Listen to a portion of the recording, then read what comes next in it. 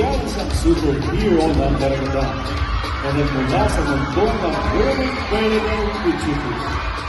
Ang kanyang kasuotan ay malikhaing ginawa mula sa iba't ibang recycled materials tulad ng bubble wrap, mga takip ng bote, plastic straw, at eco bag.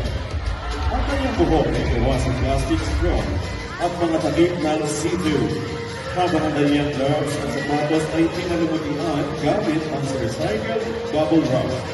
Ang kanyang short at ribbon naman ay gawa sa eco bag. Sa pamamagitan ng kanyang kasuotan, ibinakikita ng Angel na ang mga bagay na itinutulong nating basura ay maaari bang pakinabangan at maging maganda. Bilang isang munting serena ng karagatan, layunin niyang ipaalala sa lahat ang kagandahan ng pag-recycle at pag-aalaga sa ating kalikasan at karagatan. Palakpakan po natin si Angel Castro, ang munting mermaid ng karagatan.